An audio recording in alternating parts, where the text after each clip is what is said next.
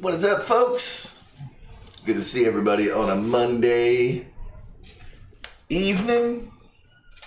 It is episode number 77 of Air Marshal Mondays. Welcome to the show, everybody. Man, there's a lot of people in here already. What is up? Victor Shabulous, Mike SSI, Brian Chambers, Jeff Adams, Mike Bird, D Frost. Thank you very much for ordering the RealFlight Viper from my link last weekend. I do certainly appreciate it. Mr. Scott Settle, what's going on? Paul McNeil, Wild Bill, Keith Higgins, Barry Campbell, Tony Spears, Roach Coach, what's going on?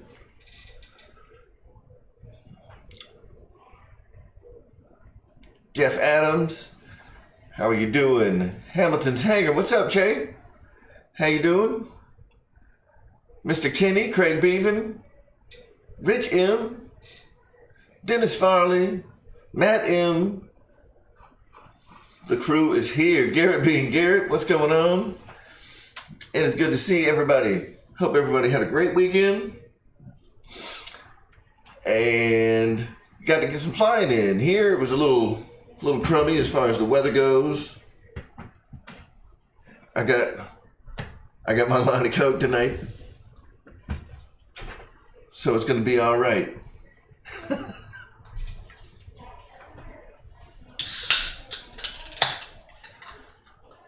Plains Archery and Table Tennis, how you doing? Third Day RC, good evening to you as well. Oh, wow, Bill, it's only 103 today, huh? That's not too bad. Get out there and fly.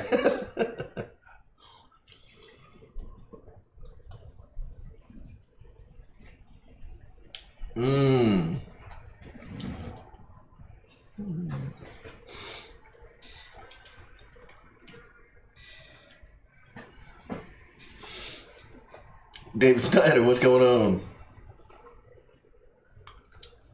Kenny's blowing up the chat. Dennis Farley, I didn't show up in person, but I did do the deed. Wow, Bill, that's awesome, man. Night flying is cool. If you have a plane that can pull it off. Jeff Adams, indeed. RealFlight 9.5. So, Nate Kugel, what's up?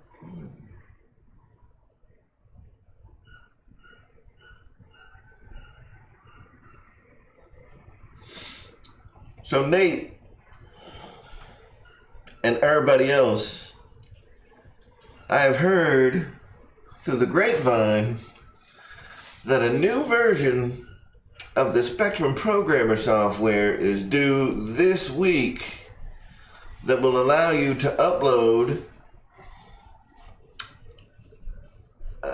Spectrum created model files into the AR637TA and AR637T receivers, which will be fantastic. That's been a feature that we haven't had yet. The AR637T has been out for, I think, over a year now.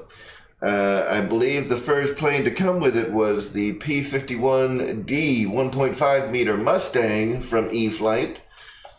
And we haven't had the ability to, if we were to wreck a plane that had an AR637TA, it still was locked with that old software. And if we put that, say we bought another plane, say you got rid of your Mustang and you bought a plug-and-play air tractor. You couldn't load the program file for the air tractor. It wasn't available. You couldn't do it. That's all going to change, I believe, this week, which is pretty exciting news. But it's not here yet, as far as I know. Kenny, you're awesome. Thank you, sir. Oh yeah, Nate, forward programming is very easy. Linda Stewart, how you doing? So we're going to have that option available to us very soon. very soon. All right.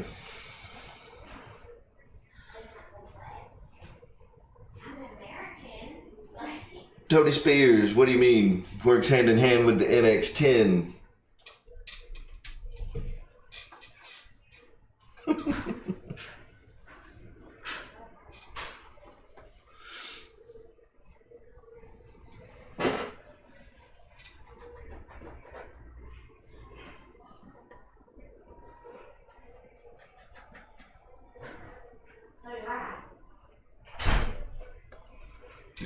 Garrett, I think now that we've got the virtual fly-in going again, I think that everybody is looking forward to them, and I hope we get more participants as we move forward.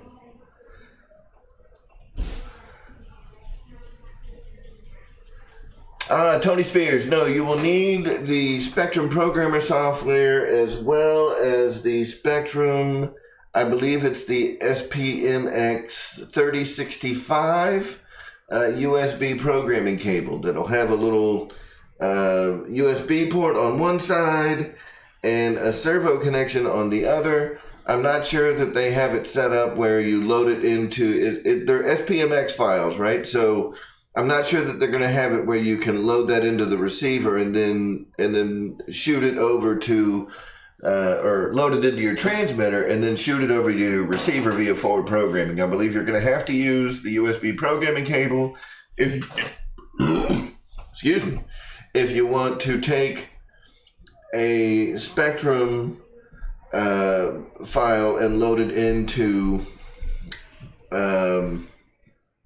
one of the receivers.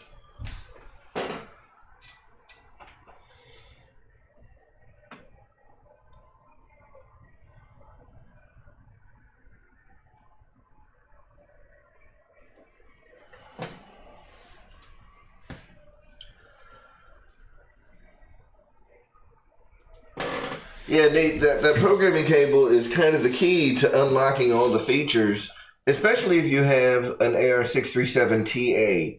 The AR637T is pretty much good to go out of the box if you're going to program it yourself.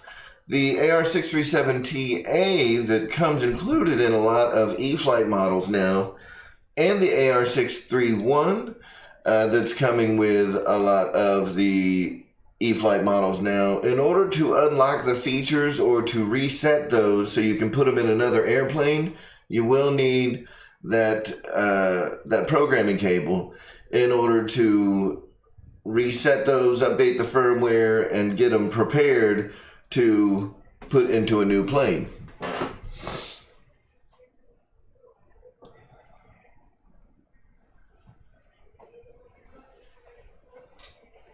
Up. Here goes Kenny again, spreading his Spectrum love.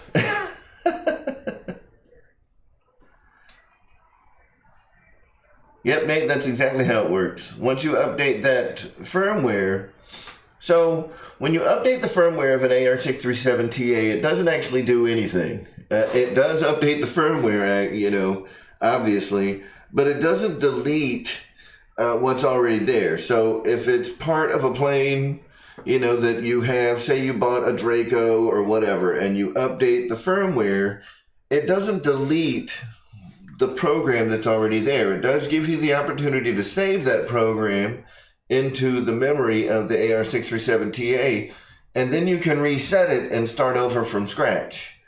So, that existing program's already there, and then if you end up not liking the changes that you've made, you can restore from the memory of the AR637TA back to the original OEM program. That thing that we're going to have available to us with that Spectrum programmer software is we no longer have to worry about that factory program. We'll be able to load that back into the receivers for whatever airplane you put it in, which is awesome.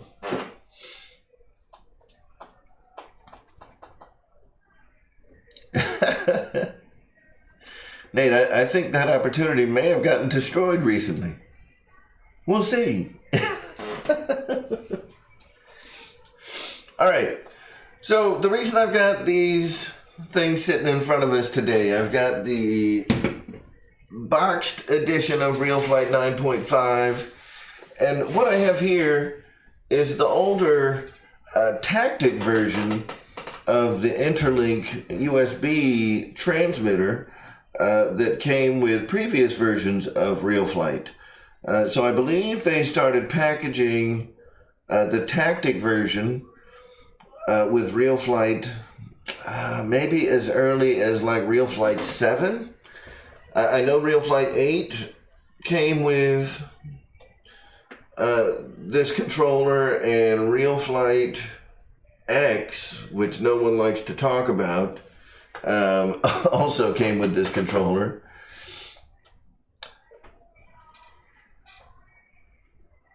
Yeah. Yeah, Nate, you had to be there, I guess.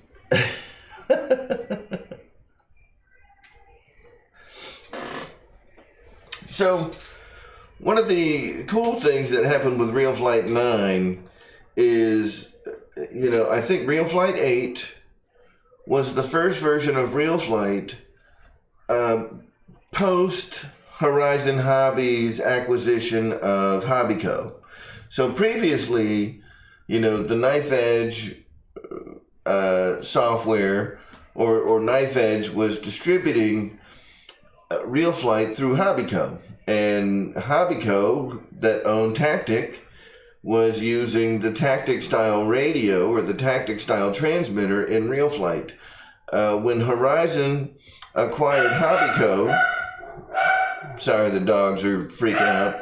When Horizon acquired Hobbyco, with the introduction of RealFlight 9, they started including what's called the Interlink DX controller with RealFlight 9.5. So the Interlink DX is based on the Spectrum DXE, I believe. It shares the same profile as like the DXE and the DX6i and DX8i radios. So it's a much different radio that's included with the this version of RealFlight 9, RealFlight 9.5. So the reason that I have this here today is to kind of have that discussion of, when is the right time to go ahead and pay for that update to RealFlight, right? Because I know a lot of people use RealFlight as a tool to help them maintain muscle memory, to practice maneuvers. It helps us get better as RC pilots, crank up the environmentals. And you can definitely use RealFlight as a functional tool to help you learn new things. So, the reason that I bring that up, right, is it seems like every year they're coming out with a new version of RealFlight. And oftentimes, is RealFlight 9.5 really that much better than RealFlight 7.5? Yet RealFlight 7.5, I can still join multiplayer sessions. With RealFlight 7.5, I can still fly the airplanes. The controllers still work. What do I get by upgrading to RealFlight 9.5? Because RealFlight 9 is kind of a defunct product now. And while I can't say for sure, there may be updates to RealFlight that are coming up here real soon. But RealFlight 9.5 owners, you don't need to worry about that. It's all going to be stuff that doesn't cost you anything. Now, when is the right time to upgrade? In my opinion, I think the right time to upgrade to RealFlight 9 is now. Like some other folks have said. I have on fairly good authority that the way that RealFlight does their updates, because in the past, if a new version of RealFlight came out, it was $99 to get the new version. What a bummer, man. They listen to us. They listen to us a lot. And, you know, one thing that's kind of a bummer is, you know, RealFlight 7.5, it's out there. It works well. RealFlight 8 comes out. RealFlight 8, Horizon Hobby Edition comes out. All these things are extra money. Another $99 for this. The Horizon Hobby Edition. That's another $20, $30 that you got to throw onto the pile. And then RealFlight 9 comes out, and that's $99. What do you get? A few airplanes? You know, a couple of new flying fields? The cost to upgrade was crazy. And, you know, what we've seen over the past couple of years now, RealFlight 9's been out for a while. If you bought RealFlight 9 when it first came out, how many upgrades have you paid for? I mean, you don't have to say much. The answer is 0. You haven't paid for an upgrade since RealFlight 9 came out. When RealFlight 9.5 came out, you didn't pay for an upgrade. When new models have come out for RealFlight 9, you did not have to pay for them. When updates have come out, you have not had to pay for them. The user-created content for free. Exactly. That's another nice touch. When new airfields have come out for RealFlight 9 and above, you haven't had to pay for them. So that's why I say the time is now, you know, because there are times when we will host these RealFlight fly-ins at a place like, say, Eli Field or AMA Field 3 or whatever the case may be. We may be hosting these at sites that you're not going to have available in the older versions of RealFlight, which means that you're not going to be able to participate with us, which sucks. So,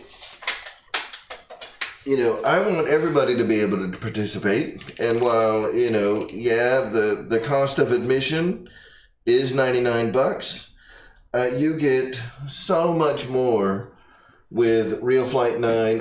In fact, I think with RealFlight 9, they've done more with the product than they have with any of the previous versions of RealFlight. You know, so RealFlight 8 came out. How many more planes got added to RealFlight 8? Not that many. In fact, the only planes that got added to RealFlight 8 came as a result of Horizon taking over and adding the Horizon Hobby Edition pack to RealFlight 8. When 7 came out, you didn't see anything until 7.5. It was like a minor revision to the software. RealFlight 9, they've been adding airplanes. They've been adding airfields continuously, you know, and I won't say that it happens like as frequently as we might like, but every 6 months or so, we're seeing a new batch of airplanes come out. We're seeing new airfields. We're seeing updates that come with a couple of new planes. It's cool. And, you know, based on what I'm hearing, you know, the gouge, we're going to continue to see that. So if you've kind of been on the fence about whether or not to update, sorry, these dogs are retarded, man. If you've kind of been on the fence of whether or not to upgrade to RealFlight 9.5, especially if you've got one of these older controllers, I think right now is the time to do it. And we'll all find out why here in the very near future. But for now, I want to go ahead and unbox this version because this is a brand new version of RealFlight 9.5. I've been using the RealFlight 9.5 software, but I have not had the new DXE controller until now. This just got here today. So we're going to unbox this and do a comparison between the older Tactic version. So this is the Interlink X controller, the Tactic model. We're going to do a comparison between the old Tactic controller and the new DX, Interlink DX controller that comes with RealFlight 9.5. Now, which, at least from the pictures I've seen, I think this might be worth the cost of admission.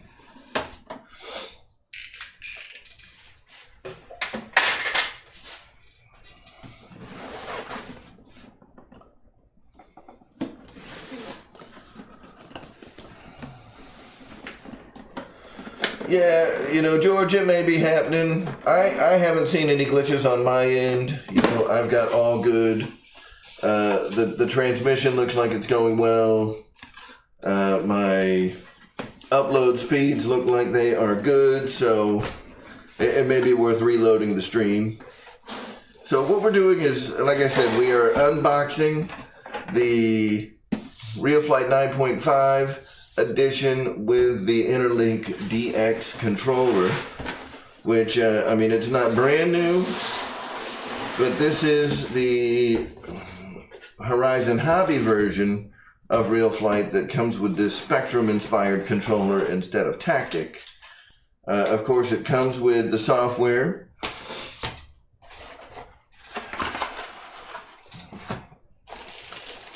And here is the Interlink DX controller.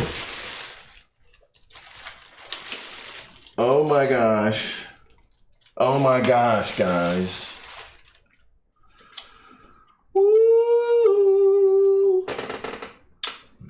If I register my new Horizon Hobby brand product, I get some free cool brand swag.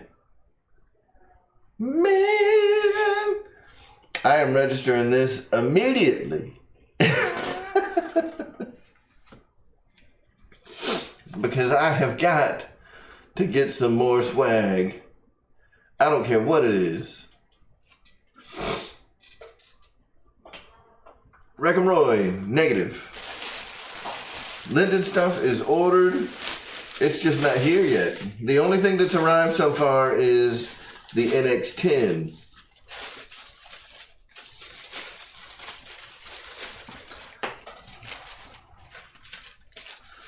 So, I see that there's some folks in here that are talking about using RealFlight with the dongle and using their either their NX series radio. Now, the NX series radios are pretty cool.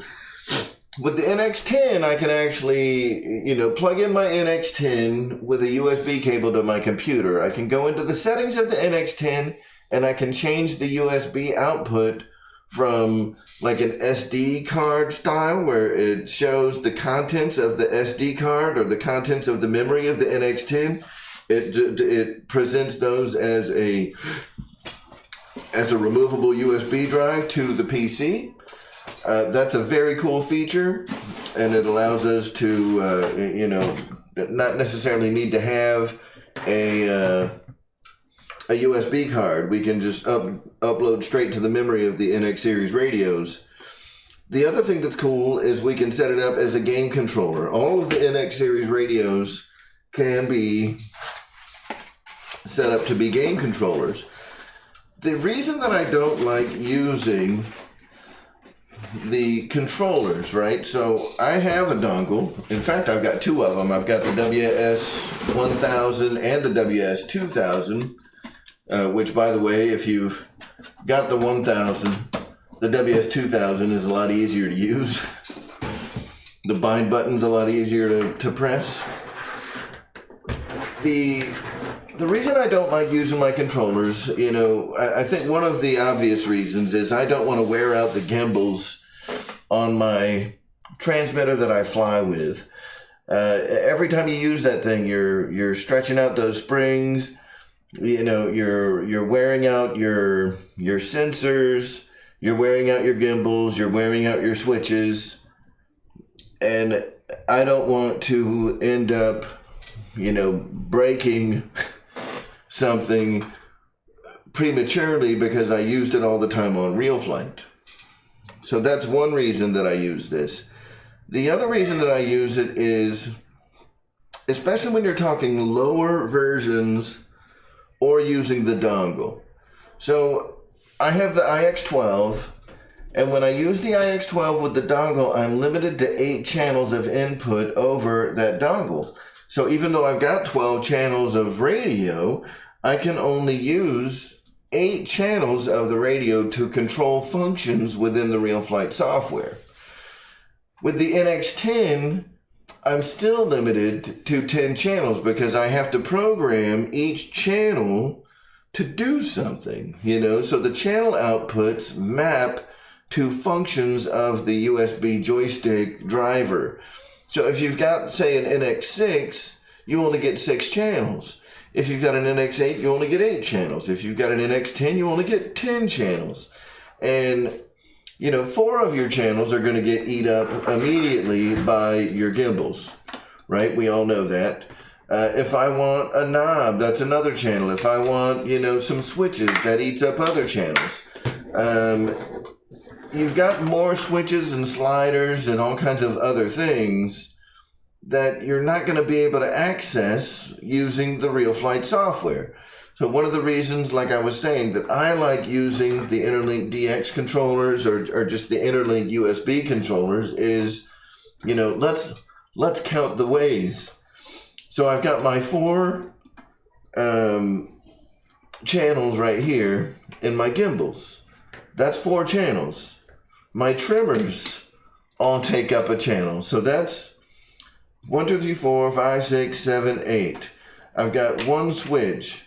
That's 8, 9, 10, 11, 12, 13, 14, 15, 16, 17, 18, 19, 20, 21, 22, 23 functions on the Interlink DX controller. 23 functions instead of 10. Now, what does that mean to me? What does that mean to you? It means that for me to continue to enjoy my time on RealFlight, I can sit with this thing, and when I wreck a plane, I just hit a reset button right on the controller. Boom.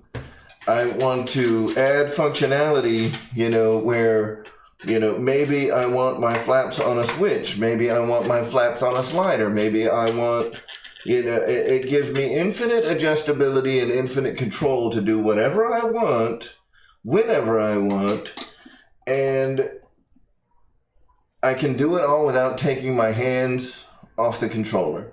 I do not need to ever touch the keyboard again, which means that I can fire up the simulator and I can sit in a chair, I can relax, and I can just play. And I don't have to worry about getting up to hit the space bar to reset. I don't have to do any of that crap, and I'm not limited on my functionality. The other thing that's nice is RealFlight remembers trim settings when you're using the Interlink. If you're using your regular controller and you're using the trim controls of your controller, you're using the rate functionality of your controller, of your transmitter, over the dongle. As you transition from one plane to another, the trim settings that you may have had in the previous airplane move to the next plane. So you kind of have to reset your trim every single time. What a pain in the butt, man. You get... The experience, in my opinion, is better using the Interlink controllers. Excuse me. Again, that's my opinion.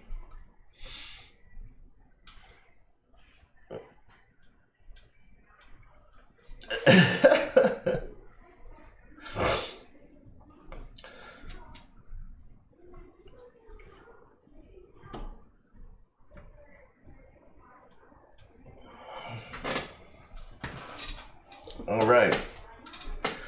So,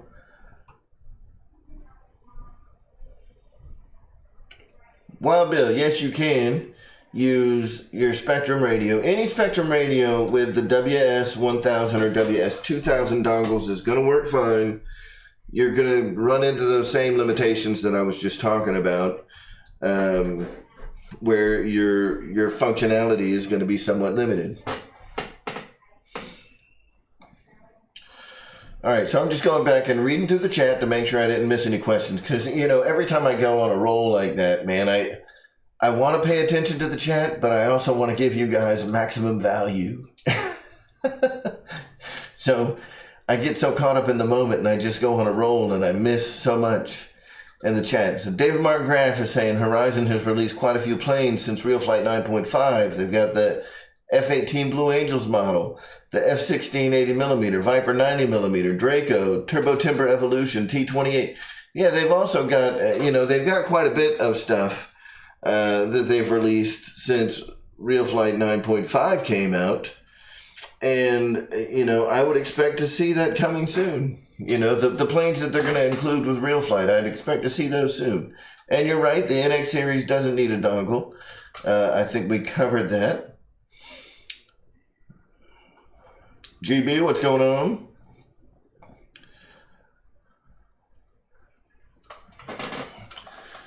Yeah, RC and stuff. I mean, I don't personally use RealFlight with the virtual reality headset. I know there's some folks out there that do. You're apparently one of them. So yeah, some of the limitations that come with using the virtual reality headset, I'm not familiar with. So your input is valuable here for that type of stuff. Push pops for the kids, Hamilton Tanger, getting it done, making the kids happy.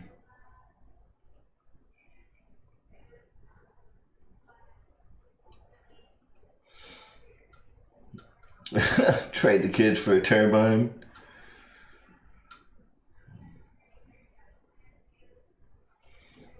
Yeah, push pops, Che, I mean, you can try to fool us into making us think that push pops are for the kids, but you can tell the truth, man. You got one for yourself too, didn't you?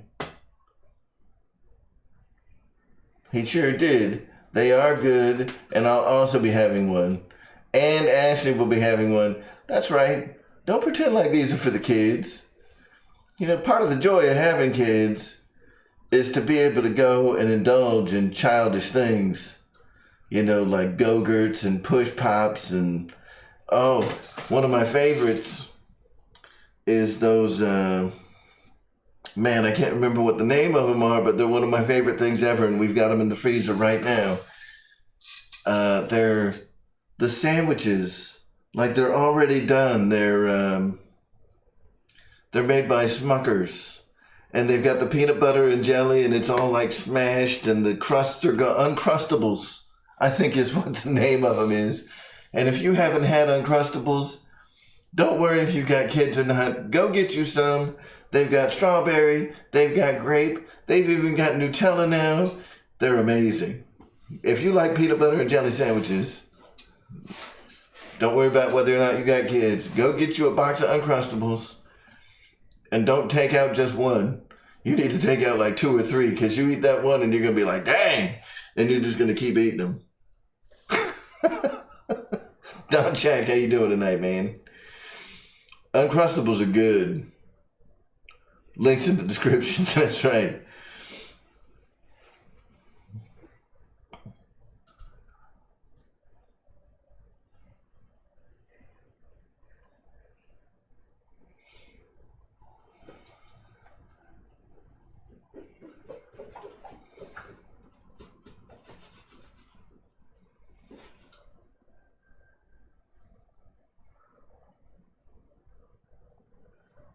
Boss 223.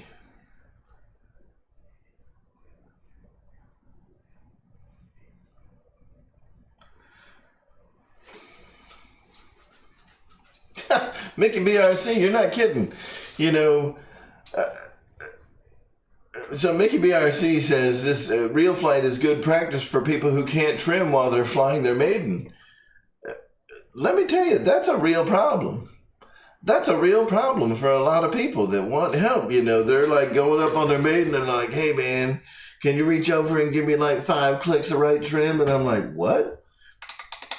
Sure, I'll give you, yeah, I'll get you. Like that's something that, I mean, you don't ask for a hand any other time that you're playing with things, do you? I mean, if you're, you just don't, there's some things you don't ask for help with. I don't think that you should ask for help when you're trimming your airplane. If either learn how to reach over, like with this hand. So, your throttle hand, either learn how to reach over and adjust your trims with your left hand, or, center the plane up, figure out what's going on, trim it, and then go back to controlling it, with your right hand. Just let the stick go and give yourself some elevator trim, and then get control of the plane back. Give yourself some more elevator trim and get control of the plane back. It's not that hard. If you're trimming your plane correctly and you're 2 to 3 mistakes high when you're trimming the airplane, letting that right stick center itself, let it go for a couple seconds. I mean, ultimately, that's what we want anyway, is to be able to have the plane fly straight with the stick centered and the throttle right. So you need to center it back up and let it go to see what the plane's going to do. And if it does weird stuff, if it starts going down, you need to trim it back up anyway. That's kind of the whole point. So, yeah, don't be afraid to let it go. Don't be afraid to trim the plane. And RealFlight is a great opportunity to learn how to trim your plane without letting go. Nate, I agree. Yeah, who cares? Who cares about trim?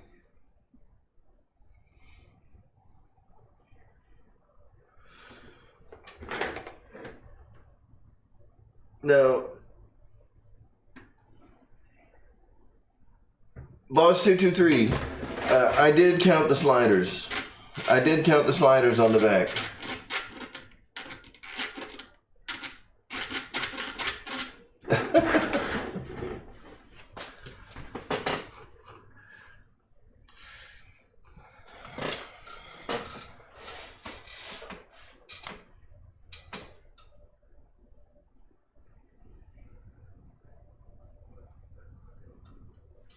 Don Shack, that's great. And I think that a lot of people can achieve great success using RealFlight as a training tool.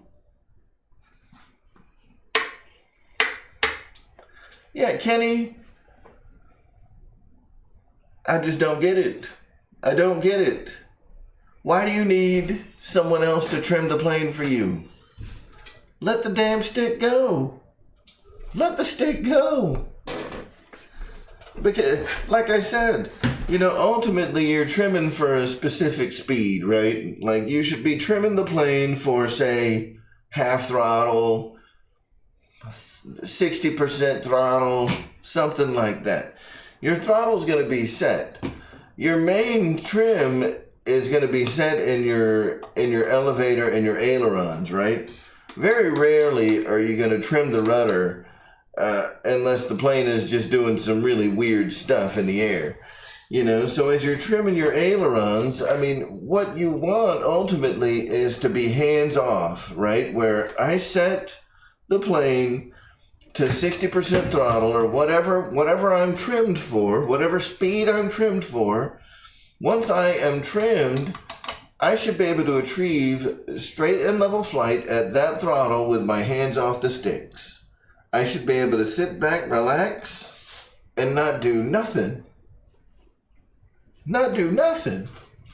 I should be able to take my hands off the sticks, which means that if you're trimming the plane, you need to let go of the right stick anyway to make sure that the trim that you have set in there is correct.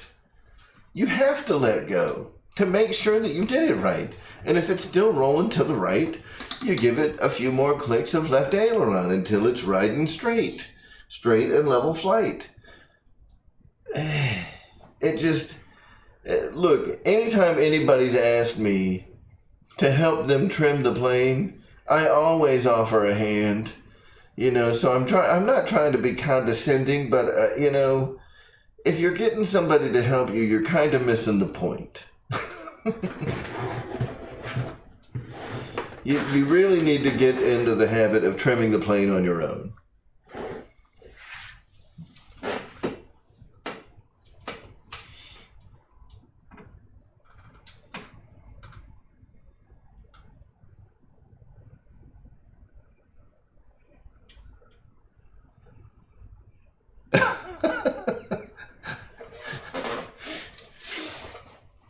I'm reading the conversation between Nate and Guniak and George Watts, who are saying that there are pilots out there that can't trim the plane. And I don't know if it's like a mental block, like they don't know what to do, with the trim switch. Maybe they don't know how the trim switch works. I mean, is it that they don't know how the trim switches work, or they don't know what they do? Like literally they don't know how to trim the plane, like, are they all over them? I don't, that's something where I feel like that's a missed opportunity to teach them something, because I just don't feel like it'd be that hard to explain how trim works. Like they need to know that. Matt, that is what counts, or Matt, freaking, I'm reading one name and looking at somebody else's chat. I mean, it was Kenny. The reach around is the only time that it counts. What's up, Z Mafia? How you doing?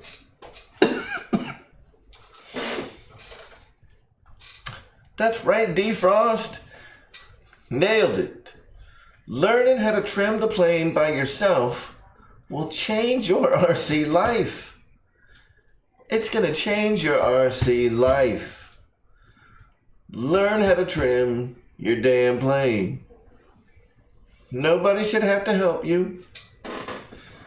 And the entire idea is that at a specific speed. So here's your quick lesson. If you don't know how to trim your plane, here's how to get it done.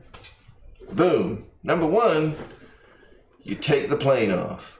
You've already got the plane in the air, so you take the plane off, and then you put your throttle at about 60%, and you stop touching it. You put your throttle at about 60%, and you stop touching it. You do not touch the throttle while you're trimming the plane, because we are trimming the plane to fly straight and level at a fixed speed. We're trimming for speed, right? Don't ask questions right now. Just press the I believe button. Like, yes, Dave, we're trimming for a specific speed, because that's what we're doing. So you set your throttle to 60%, and you take your hand off of the throttle controller, and you do not touch it. All right? If the plane, and then you get the plane up in the air, you get it kind of doing what you want it to do, and you let the right stick go. Oh my God. You let the right stick center itself, and then you watch and monitor. Quickly watch and monitor how the plane is reacting with the plane at a fixed throttle of 60% and the right stick centered. You do not move the right stick. You do not correct it. You let the plane do what it's going to do. Right? If it starts rolling to the right, or if it starts going down, if it starts going up, observe what it's doing and then gain control of the aircraft with the right stick. But it must be centered for you to know what trim to set. Right? So if the plane starts nosing down, get control of the airplane, move it up, and then let the right stick go and give yourself some up trim, some up elevator trim. Now, what does that mean? I want the plane to go up. So wouldn't I just push the trim stick up? No, you move the trim in the same direction that you would move the stick if you want the plane to go back up. So if I need the nose of the plane to go back up, I pull the stick down, right? So if the plane is nosing down, I'm going to pull down on the trimmer. If I want the plane, if the plane is going up, I need the plane to start nosing back down. So I'll push up on the trimmer. If the plane is rolling to the right, I need to add left trim to correct the right rolling tendency. So you use the trimmer to trim it back to the left. The goal is that at 60% throttle, with the right stick centered, I don't have to touch anything. The plane will fly nice and straight and level. So you correct the bad tendencies, and then you move on smartly. That's how you trim the plane. It's not that hard. It's not that hard.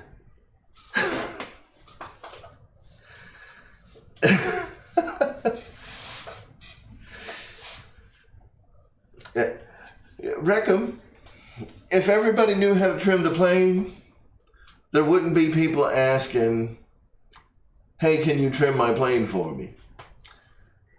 So, while I absolutely respect the fact that I may have just wasted some people's time, I apologize for those of you that I wasted your time. For those of you that don't know how to trim your planes, I hope that you just learned something, because that was the goal of that entire little tirade there. And I'm sorry. I don't mean to make fun of people that can't do certain things. And I hope that that helps somebody.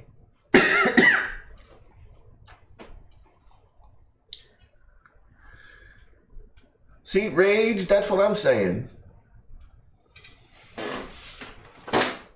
Oh my goodness. Oh my goodness. That hurt a little bit.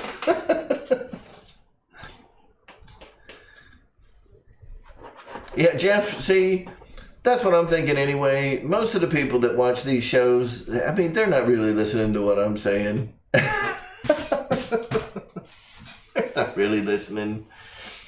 They're just here to blab in the chat, and that's cool.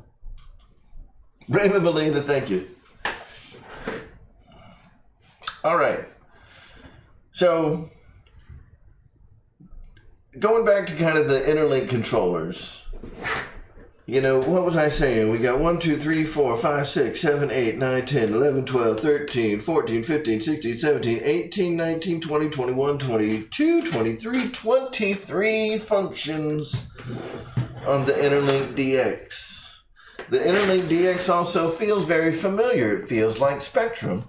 It's got the plasticky, it's got the plastic grips and stuff instead of the rubber grips. So if you like your DX or your NX series or the IX series transmitters, you don't have that nice rubbery grip back there, but it's familiar. It feels good, right?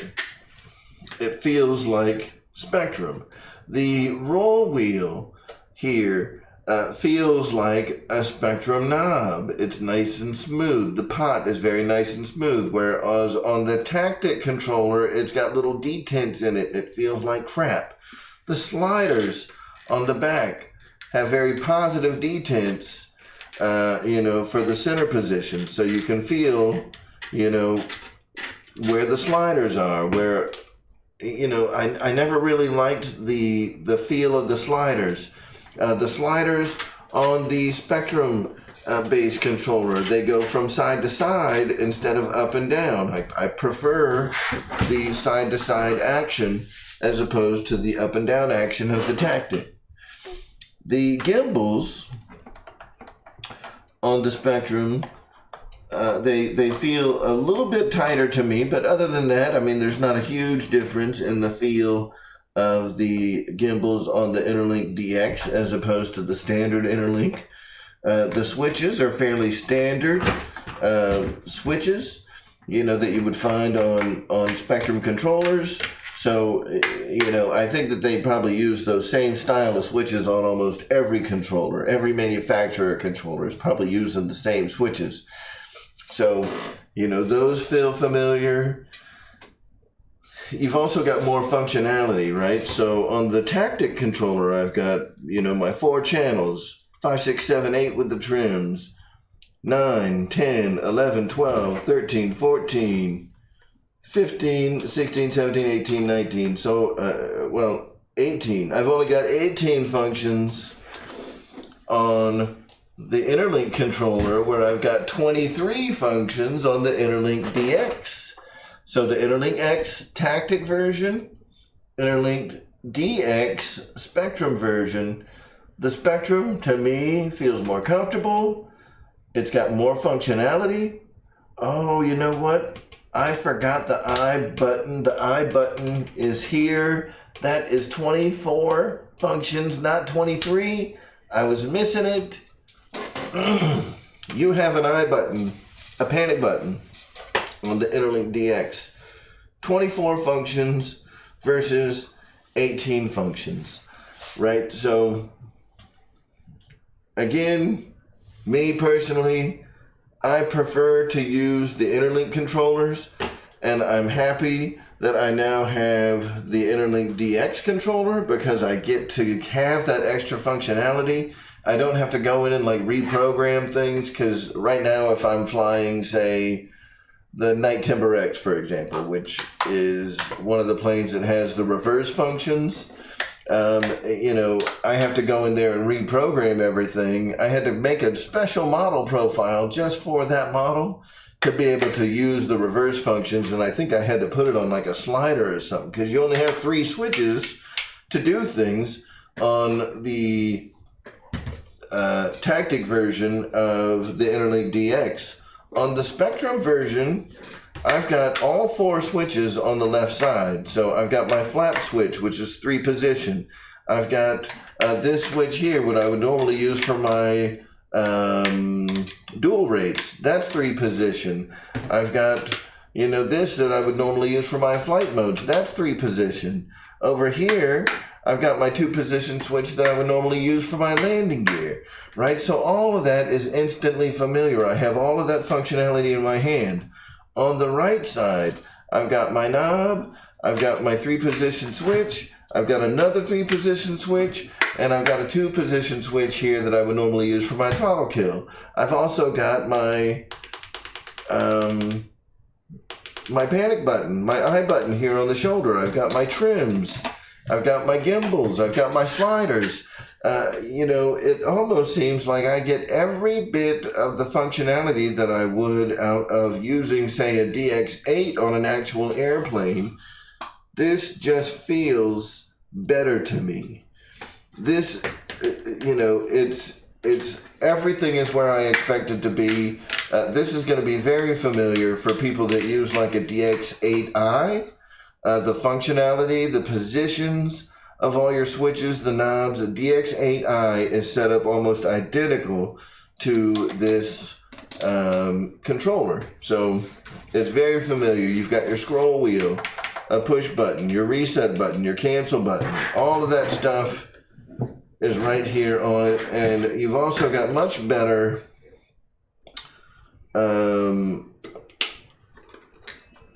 much better ability to adjust the radio, because you do have little plastic covers where you can adjust your spring tensions.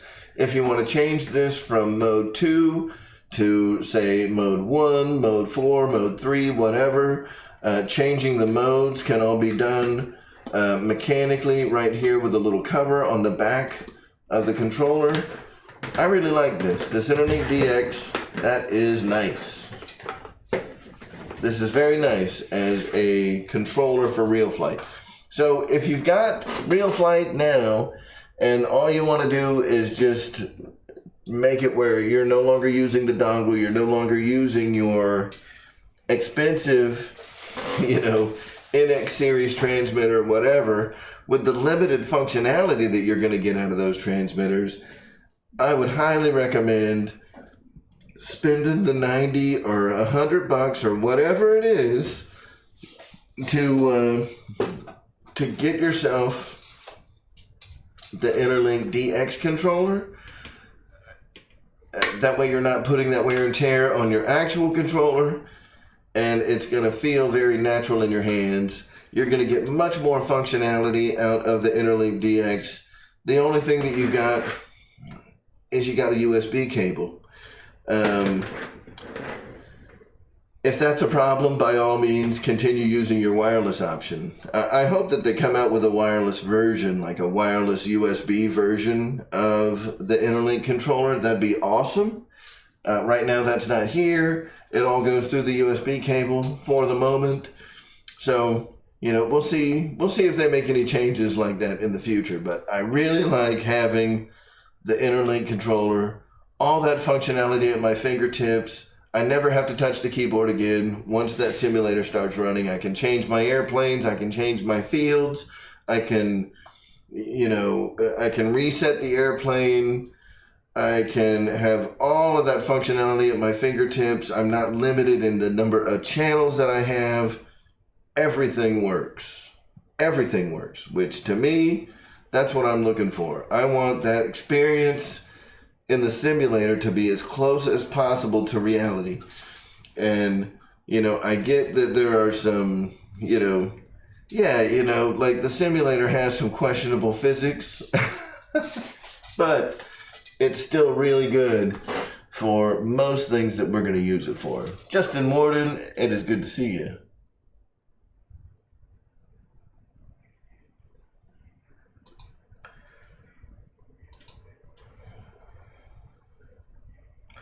Pay it forward.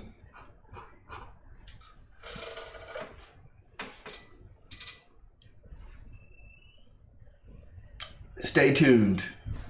That's all I can tell you. Stay tuned. I think there are neat things happening in the very near future that you will enjoy, my friend. You will enjoy it.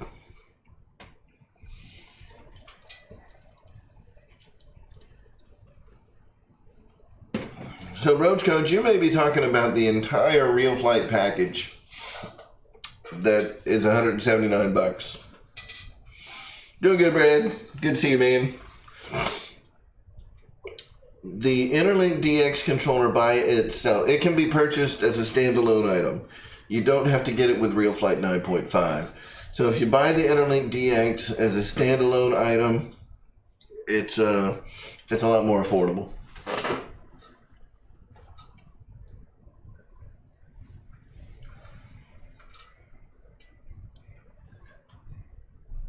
So, GB, one of the things that I like to do, man, I've got RealFlight, and the people that were at Jet Jam this year, we were having a lot of fun outside of the Sea Mafia Command Center.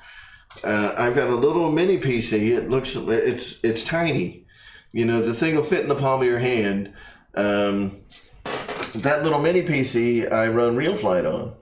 And we had that hooked up to his TV on the outside of his camper, on the outside of his, we'll call it a motorhome. On the outside of Sea Mafia's motor mansion, we had RealFlight hooked up to a TV out there.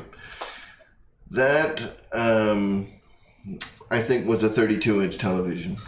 At home, I take that same little mini PC and I hook it up to my 65-inch television in my living room, and it's awesome.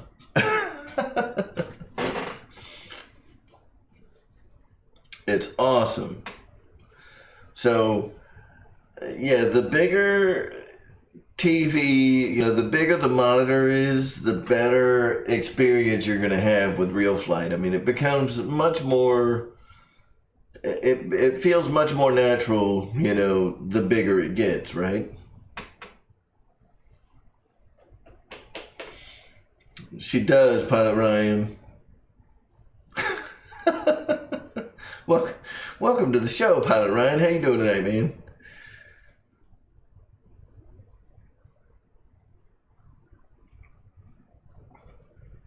So, that's always fun, getting it going on a big old TV.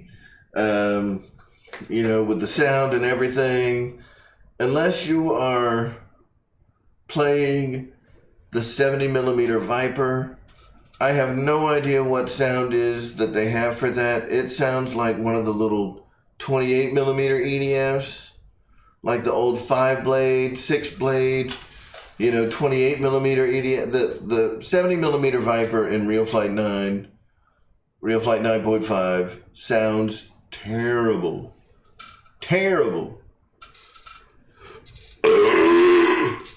Man, who did that? What a pig.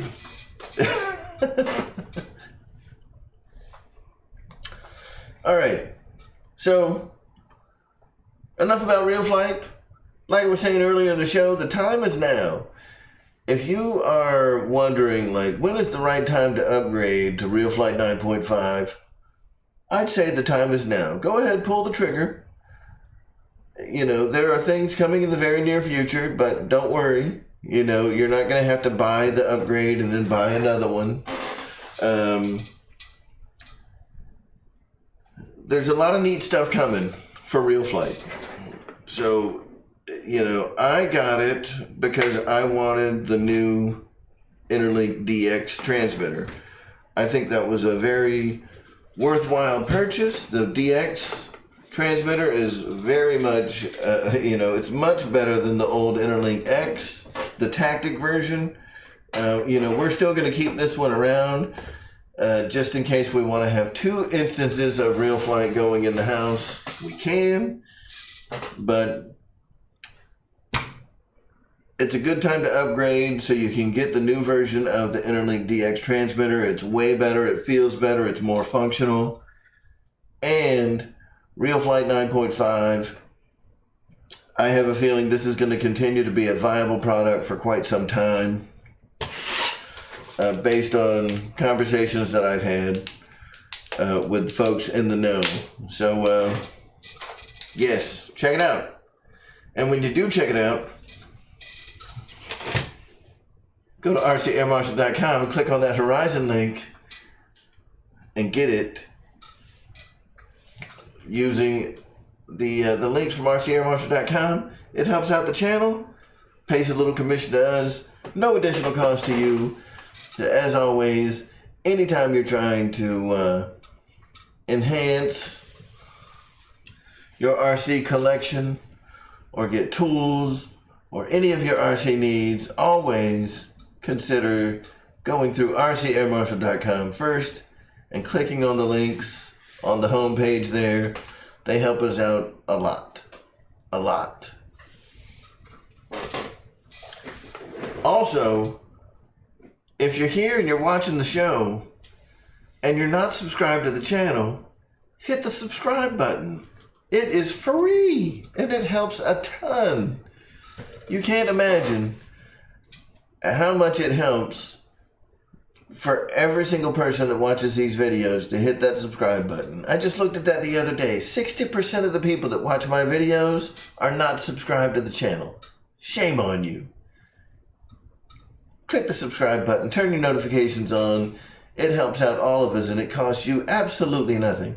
In fact, if you don't want the notifications on, turn them off, man, but subscribe to the channel, man. It really does help a lot. And hit the like button. That helps a lot too.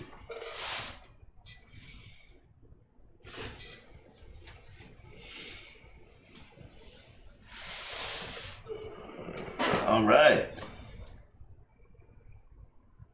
Dexter Tucker, that's amazing, man. So, Dexter Tucker came out to the Pilot Ryan fly-in from Alaska. So all you guys that are like, oh, it's too far to go to Florida. He came from Alaska. Alaska. Shame on you. I can't make it, it's too far. Shut your mouth. It's not too far. He came from Alaska. Alaska. And when he got to Florida, I think he would have rolled over to Graves RC, bought a Futura, and brought it with him to Tampa so he could come hang out with us. Now, he ended up having some problems, and that Futura went into like a pond over by Badcock Furniture. You heard me right. The name of the store is Badcock Furniture. I think that they'd sell a lot more furniture if it was called Good Cock Furniture. That's all I'm saying.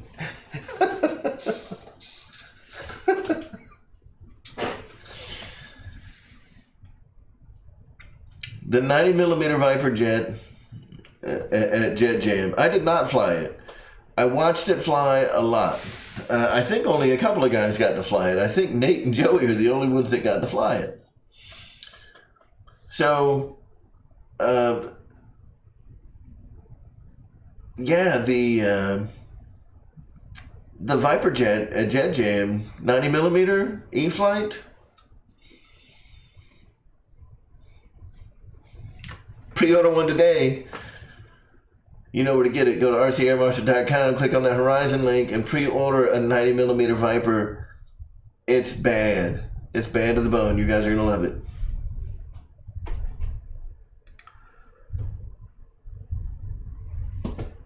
It's pretty awesome, man. I think you're gonna like it, dude.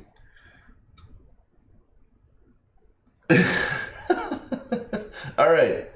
So Dexter Tucker brought a Havoc. I think he got it at Graves RC. Came over to the Pilot Ryan fly-in, and he ended up crashing that Havoc, but it fell into a pond.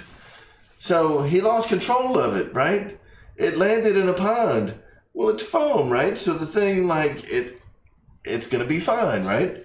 They retrieve it from the pond. He gets it wiped off. You know, we're a little worried, like, oh, man, is it going to continue working? Well, apparently it works fine. So that's awesome, man. I'll see you next Tuesday. How's it going, man? It's good to see you. I always like to welcome the Surface folks to our air shows. Hey, we watch y'all's show too, man. So, welcome to the party.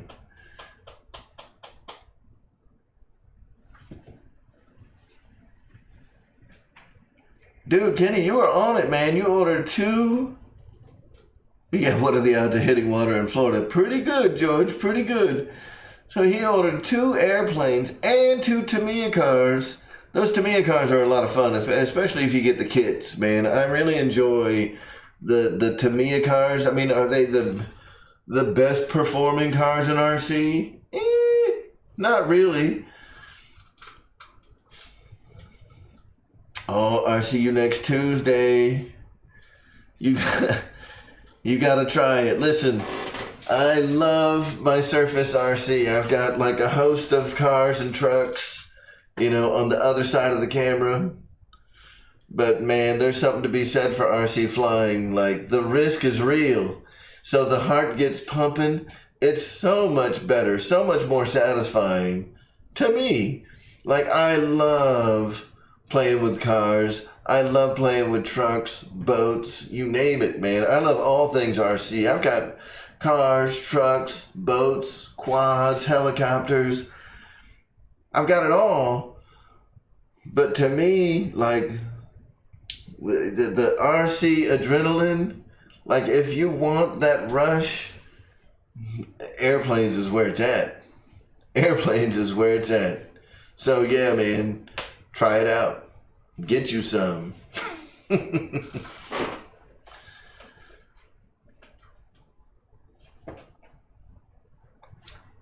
Yep, so Dexter Tucker, like I was saying, flies out to Florida from Alaska, gets a Havoc, wrecks a Havoc, cleans the Havoc off, boxes it up, takes it back to Alaska, and it is still working. That's awesome.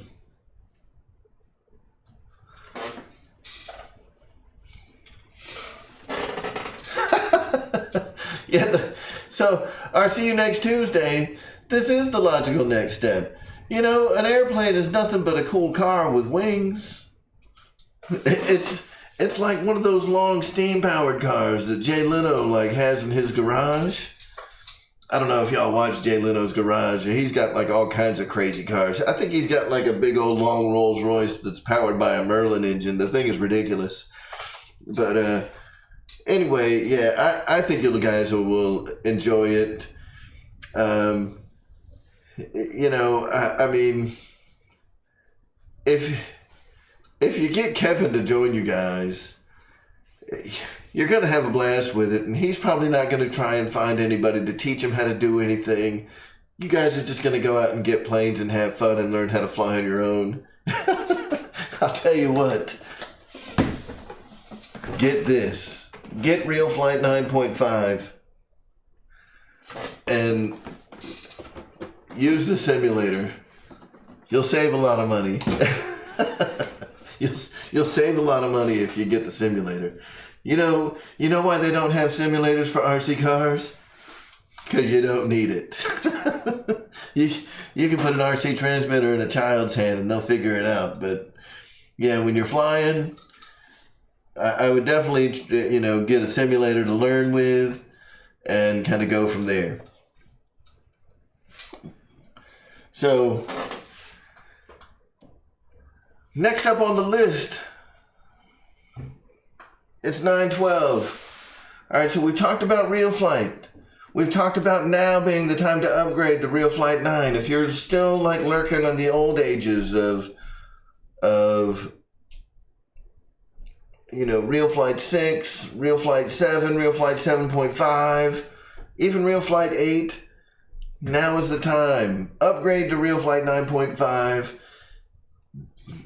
The airplanes keep getting better. The controller is better. That RealFlight, Interlink DX controller is better. Your entire experience is better in RealFlight 9.5. Now is the time to upgrade, and you're not going to be disappointed in what's coming here in the future with RealFlight 9.5. And when you're going to upgrade to RealFlight 9.5, click on rcairmarshal.com, click on the Horizon link, and it offers a small commission to the channel at no cost to you. What better way to support the YouTube people that you enjoy than to just keep getting the things that you're going to get to expand your hobby, but use our links. It takes like an extra 2 seconds. And you get to help us out, and it doesn't cost you nothing. That's awesome. That's the best way to support these channels, guys. So even if you're not clicking my link, click somebody's. If your favorite YouTuber is Pilot Ryan, click Ryan's link. If your favorite YouTuber is GB and you want to support him, click GB's links. If your favorite YouTuber is RC Informer, click Rich's links. Click somebody's links. It helps us out so much. So that's what we got.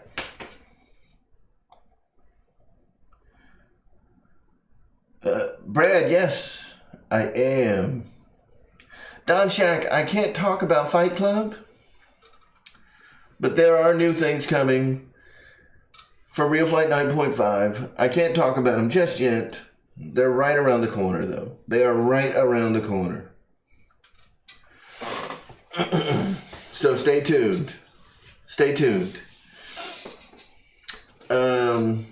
Next up, right? So, like I said, we still got like 45 minutes before we're going to cut this off.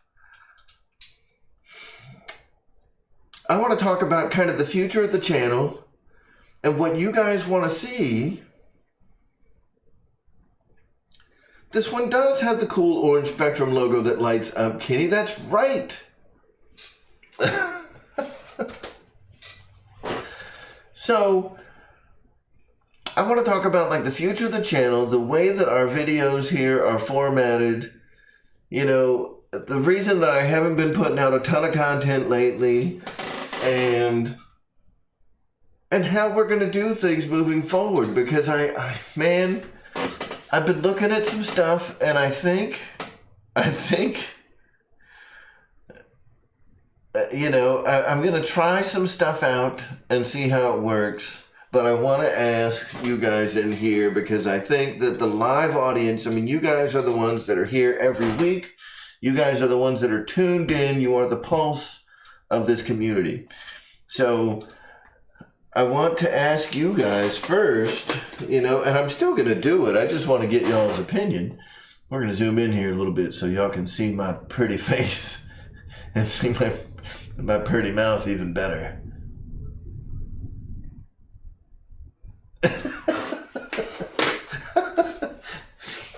All right. So, when I, like right now, I've got a lot of stuff in the backlog, right? When I normally put out like a build video on a new airplane, I like for that, yeah, right? I like for that airplane to be featured in a way that you guys get to see like every step that's in the book. I don't like to skip stuff, but I also don't want it to be so absurdly long that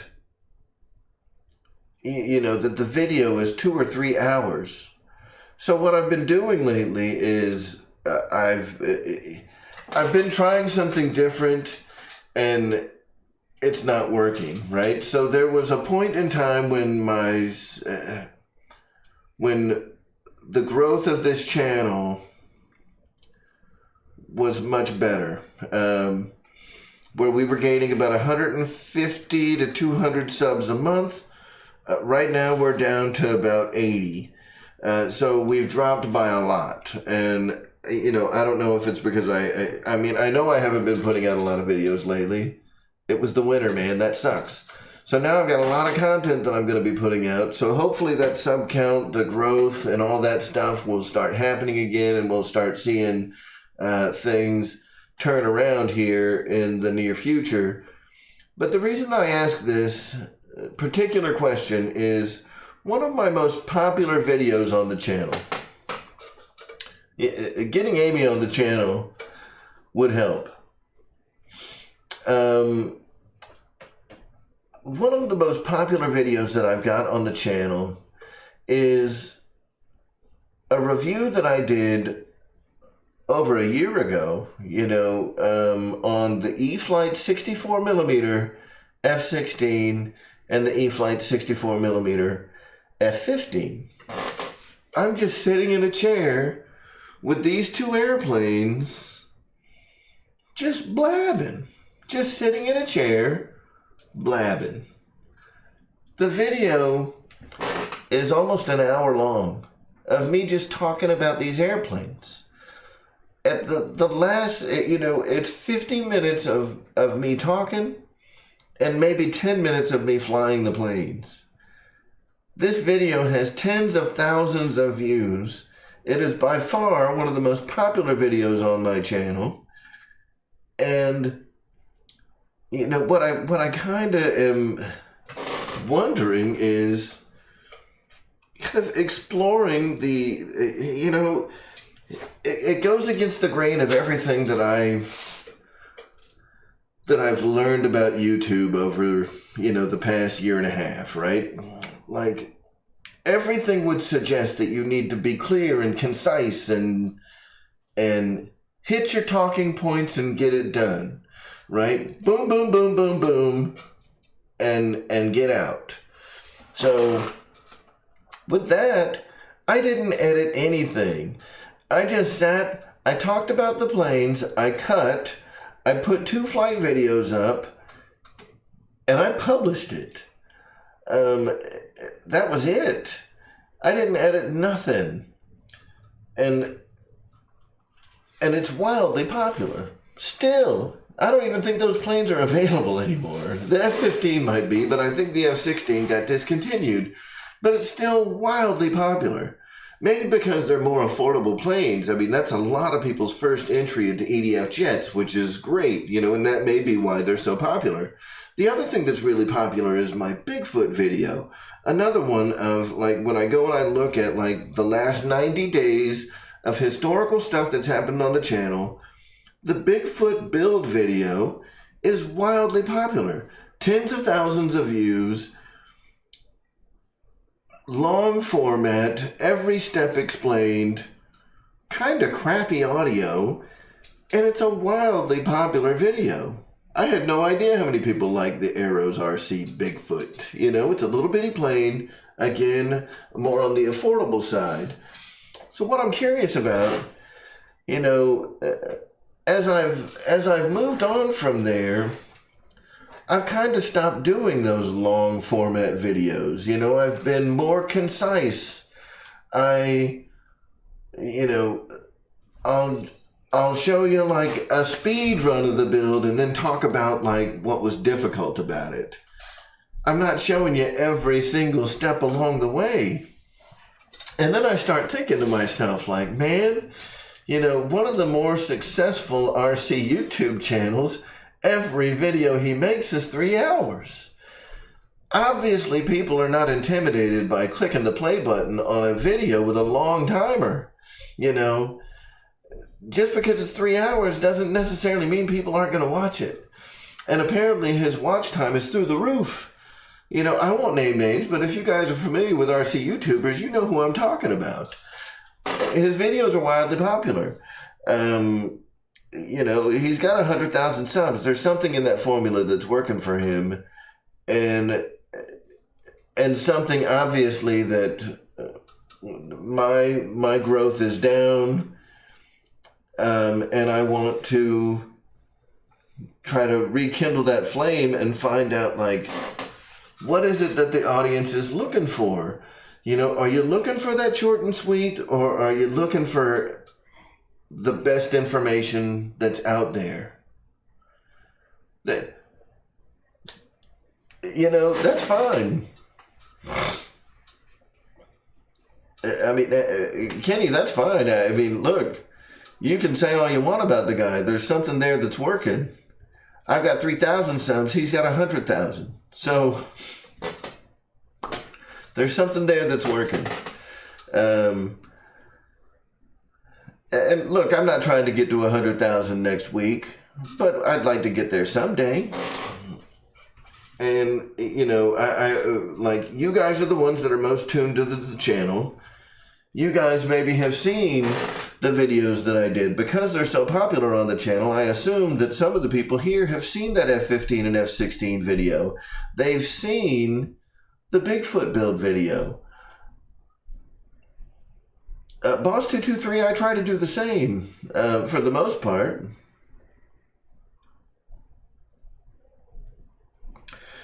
So, you know, I'm not necessarily saying that I want to make 3 and 4 hour videos, but what I'm not gonna, and I'll tell you one of the reasons that I don't have as many videos coming out here lately. I'm right now in the process of editing a Draco build video. I'm trying to tear it down into digestible chunks, you know, because it's like 2 hours of footage where I'm showing all of the steps and everything, but obviously there's some stuff in there that is just kind of filler crap. I'm in the process of editing that video. I've been editing it for 2 days, you know, making sure that I'm not, like, I'm taking out the bull crap. You know, you know, I found this and like, there's a lot of stuff in there that he leaves in his videos that I don't. You know, so I'll, like, if I cough, I take that cough out. If I sneeze, I take the sneeze out. If I go on to a tangent about something that's not really related to what I'm doing, I'll edit that out. I watch the entire 2 hours of video, sometimes several times, and then I'm down to, you know, an edited version that's now like 30 minutes long, and I'll watch it again, and I'll keep editing and keep cutting until I get it down to like 20 minutes. But I feel like maybe that 20 minutes isn't quite personal enough, you know, that you're not getting, I don't know. I want it to be informational, educational, but I also want it to be something that people want to watch. And, you know, like I said, I mean, you guys are the ones that are,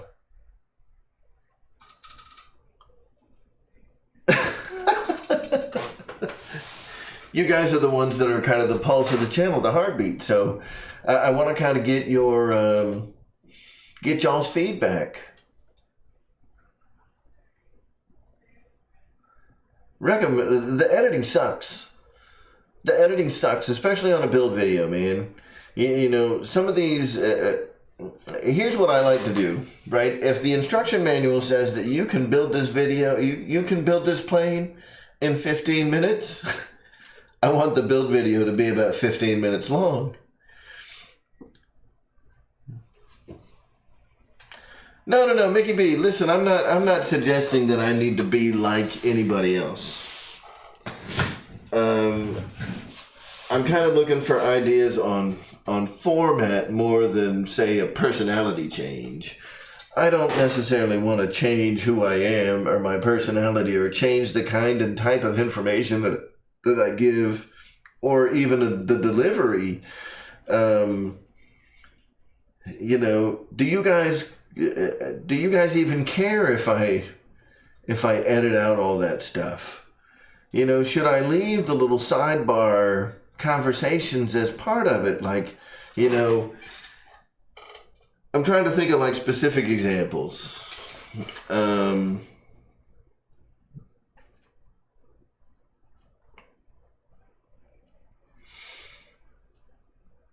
You know, Mickey B, I would say that I love editing, but when you've got, you know, 200 cuts in a 30-minute video, like, that sucks.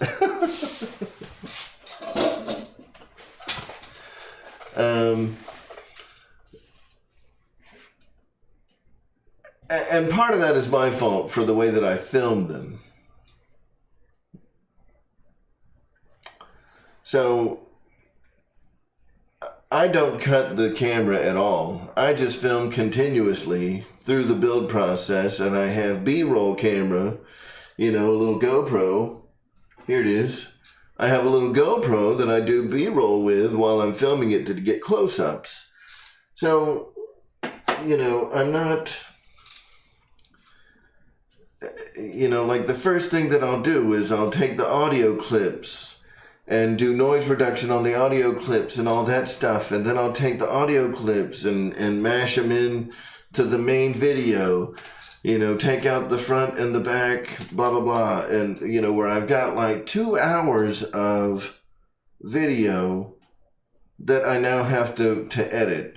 You know, and I can kind of see what's going on just based on blank space between the audio, you know, and just fast forward. But then as I watch it, I'm like, well, that's pretty irrelevant. Let me get rid of that. You know, so the editing almost becomes like this chore that I just don't want to do. So, you know, that's kind of the thing. I don't want to do all these edits. So I'm thinking of leaving like all the candid stuff in there, man. Even though it seems kind of off-centered from, you know, a little off-topic, I don't want to do all that editing. I just want it to kind of be natural. And if I cough, I cough. You guys will get over it, right? So, you know, I think I'm going to stop focusing so much on trying to make this video perfect to me,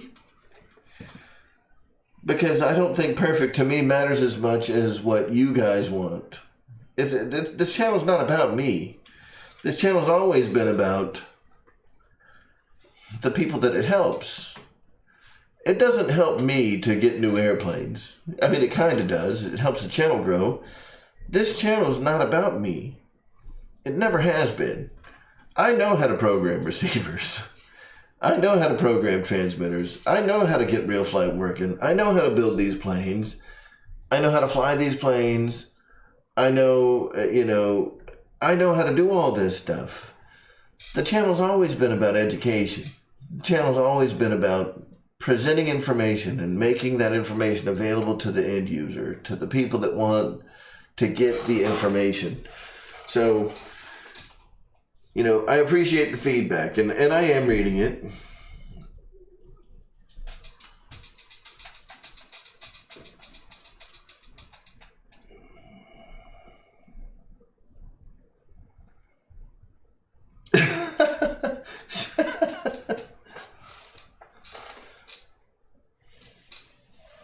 I think people like the dogs barking.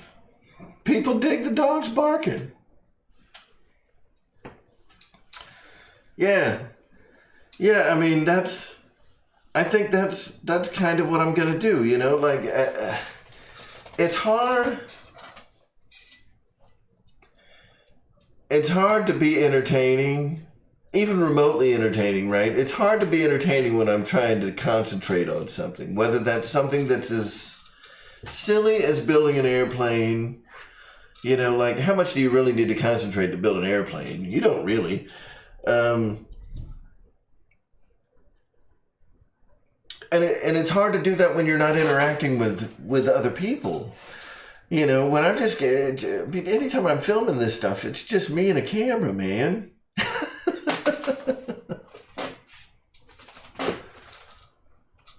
Reckham, that's awesome.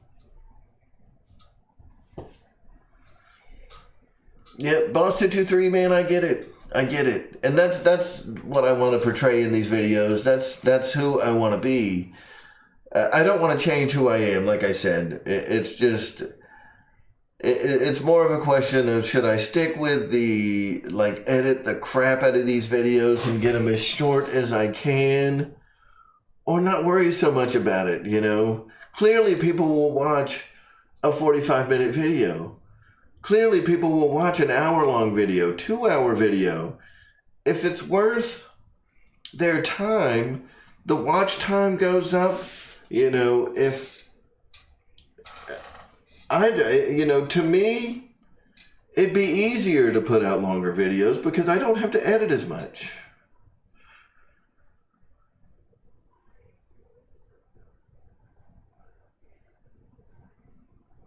And John Graham, something else to go along with that, it's easier to do the menu on the longer videos than it is the short one, because on the short videos I'm blowing through stuff so quick. On the longer videos, you know, I can kind of scrub through on the scroll bar on the bottom and be like, oh, here's where I'm shifting to this topic. So yeah, I think that may be the way to go. Like, put the little bookmarks on the video where you can go into the description. You can just click what you want to see. That would honestly be easier than it would be to edit the crap out of these videos to keep them short and sweet.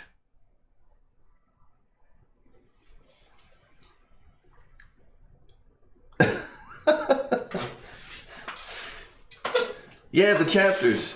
Yeah, Mickey B, you know, I get it, man. But like I said, it's hard to maintain that level of interaction, that level of engagement, when there's no one on the other side to interact or engage with.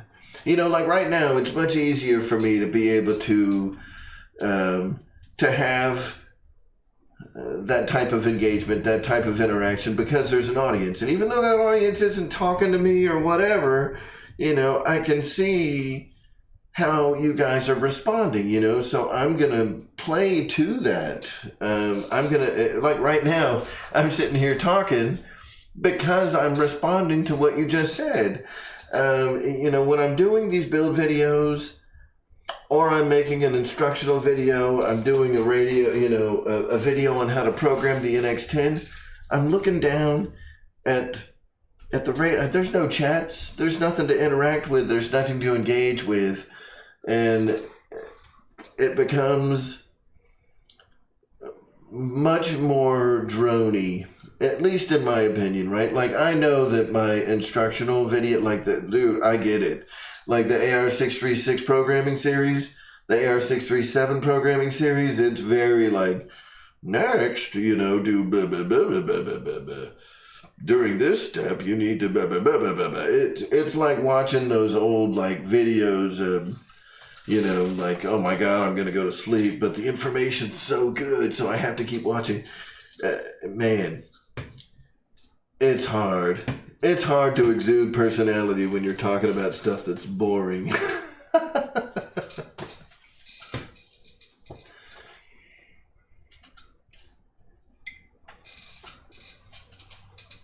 Don Jack, I mean, I appreciate it, man.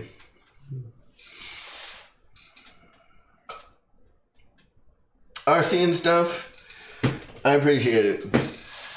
Look, I know nobody needs to watch these live streams. God knows, you know, there's probably other things on TV to watch. But, you know, part of the reason that I started this, and I don't mean to, like, get, like, all crazy, sentimental, whatever. Y'all are going to have to wait for a minute because I got to take a swig of Coke. A big one. Y'all are just going to have to deal with it.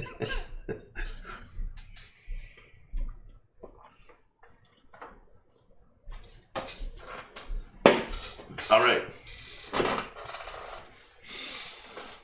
Brad, awesome. Thanks, man. The reason that I did these videos is because at the time, there were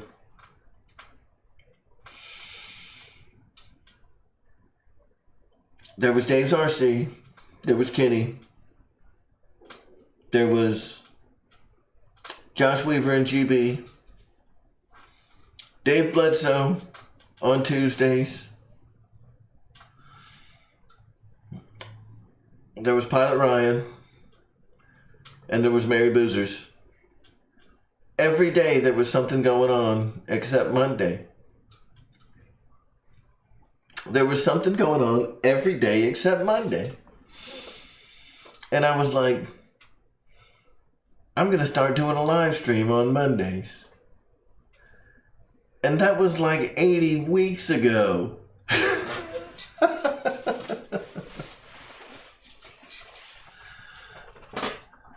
That was 80 weeks ago, man. Like, can y'all believe that? So, most of the folks, there's a lot of folks that were here right now, still today, that were here on the first show I ever did. Excuse me. Thanks, Victor. 80 weeks ago when I started this craziness,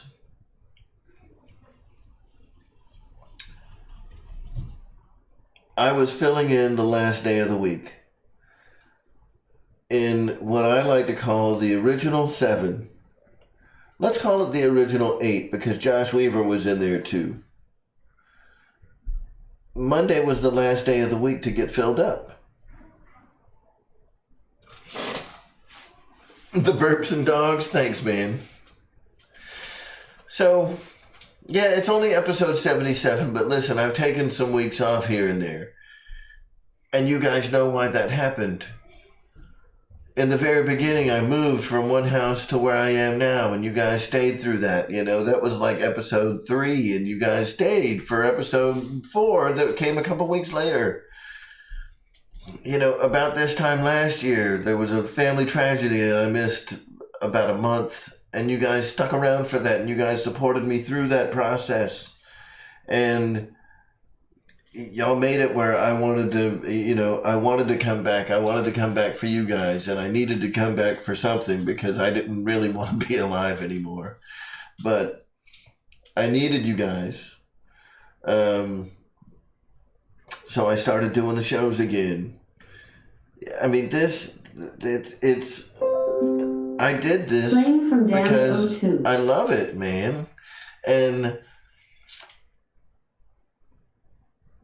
I love interacting with you guys. I love this community. This community has helped me out, and what we have done for other people since then has been amazing.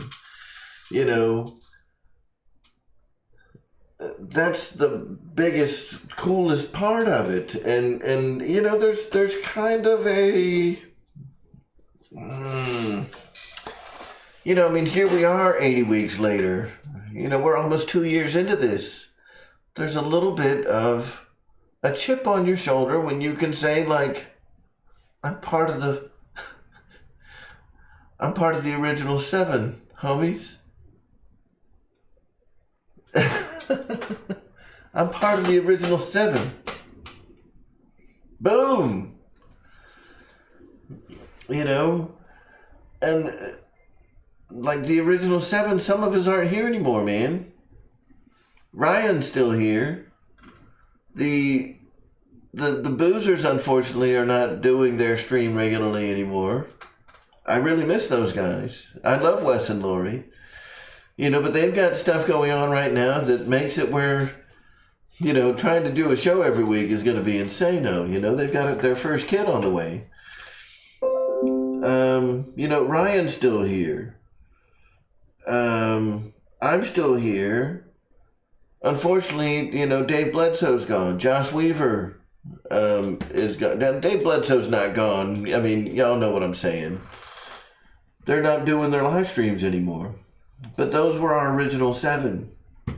Actually, we had kind of an original 8. I count like Josh Weaver and the lead up to GB, all kind of started around the same time. They just kind of went hand in hand. Like, you knew on Wednesdays you were getting Josh Weaver and then you were getting GB. And I loved the idea of there being something happening RC every day of the week, and that's why I stepped into that Monday spot. I was like, no one's doing Monday, I'll do it. Because I love the idea of this community being able to get together every day of the week. I love it. I love that continuity. You know, and it seems like there's someone to fill in that void, you know, and now there's a lot of stuff happening. You know, now we've got Ray. I love Ray and Nate's show. They're a lot of fun. So now we have myself. We've got Ray and Nate that come right after me, and it made it where I could cut my show off early because, man, there were some nights when I felt like Kenny. I would go till midnight, 1 a.m. You know, so having, you know, Ray come on right after me, it limited my show to 2 hours, and it was beautiful. And I was like, thank God, now I can just be like, hey guys, I gotta go. Ray's coming. Tune into his show. I'm out.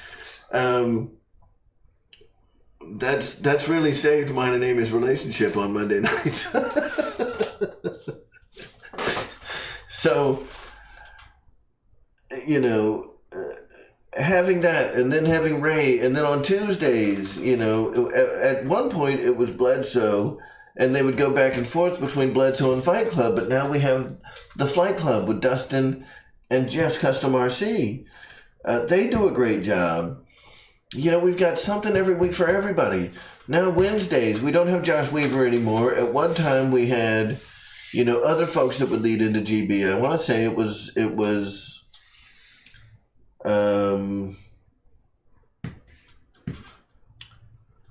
who did we have leading into GB's time? I know now we have Che, you know, at Hamilton Hangar. Was it Phone Boy? It was Ethan and Channel 6 Flaps. You know, Farmerman tried it out. Josh Weaver was the original. You know, but that slot seems to carry some value there, right? So now Hamilton's Hangar is filling that. You know, now we have Thursdays. We have Jeff in Lower Alabama. You know, I love watching Jeff. He's a lot of fun. And that leads into Kenny's show. But at the same time that Kenny's show's going on, we've got Bobby with RC Plane Reviewer who's doing a show. There's something going on every day of the week still. And that continuity, you know, to keep this going every day of the week. You know, GB was saying earlier that it's a grind. I'm sure Pilot Ryan would agree. I agree. Kenny, you know, he's been doing it a long time. You know, Jeff and Dustin have been doing it for a while now. I think we're all over a year. I mean, heck, I'm not that far away from, I'm certainly closer to 2 years than I am to 1. So, you know, the time just keeps going, and I just keep wanting to do it. You know, I just keep wanting to share what I've got, whether that's RealFlight stuff or whether that's a new plane or whatever. You know, whatever we talk about. I love doing these shows, and, you know, this is where I can really engage with the community and kind of talk about our RC lives and what can change your RC life and all that fun stuff. Yeah, Big Go Bobby on Sunday. You know, I wasn't done going through the calendar. So, yeah, I mean, we've got Big Go Bobby on Sundays now, you know, filling in where the Merry Boozers, you know, kind of left that void. You know, we've obviously got Dave's RC that, you know, comes in on Friday. And we're all so invested in the welfare and well-being of each other that, like, if Dave's RC doesn't come on, we get worried, you know. I've also got, like, the Zoom. If you guys haven't participated in the Friday night Zooms, you really got to come check it out. I don't really talk about it much, but the Friday night Zoom conferences are a lot of fun. And it's a chance for us to all be face-to-face and talk really off the record. I mean, it gets loose on the Friday night Zooms. We're drinking beer. We're doing fun stuff. Every Friday night. And typically it cranks up around 10 o'clock. Sometimes I have that Zoom link in my YouTube community page. Sometimes it's on Facebook in several different locations.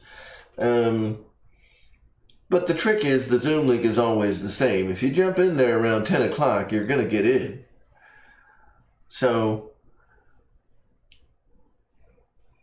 yeah, I mean, Boss 223, that's amazing, man. And that's what it's all about. We're all here to just share this hobby and make it where, sadly, what YouTube did for my RC life, yeah, it changed my RC life too. It introduced me to all the things that I had no idea were out there. And I was like, I want all of it. I need jets and I need this and I need. And like money later, now I have way too much. So I had to do something to offset the cost of the hobby. And the closest thing that I could think of was, man, I've got all these great ideas for videos. I should make them. And then maybe I can start getting subsidized by some of these manufacturers because, good God, this hobby is expensive.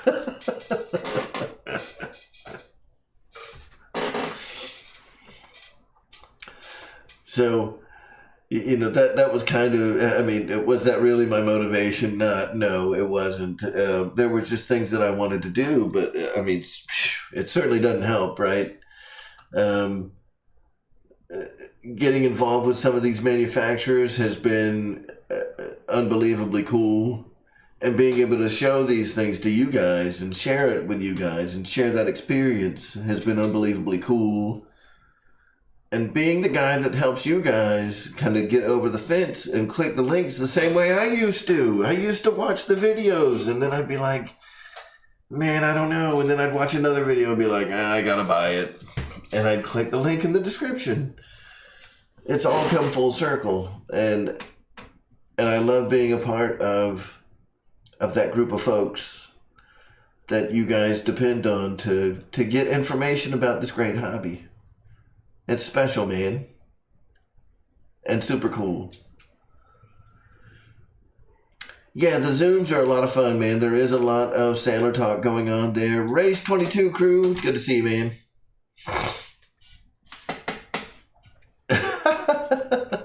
Breckham Roy, that ain't no joke, man.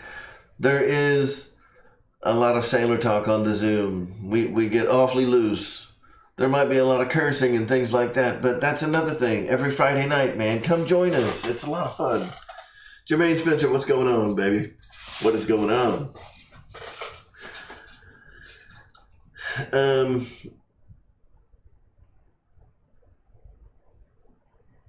Obviously, Saturdays, man, we got Pilot Ryan, the OG, the original, the gangsta. The guy that got me into RC, even if he doesn't know it.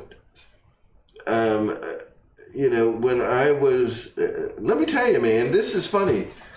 When I was first getting into this hobby, I think Ryan had just started at Motion. And the videos there, I mean, they looked like they were recorded like on a home video recorder. And, you basically had Ryan. Rich was doing some things back then. But, like the guys that the videos were coming from, it was Ryan and like Pete. Was that the guy's name at Banana Hobby? And all I saw were these jets.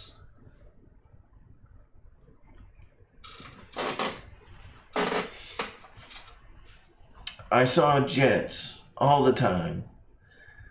And when I got into this hobby, I was like, man, I need me a jet, baby.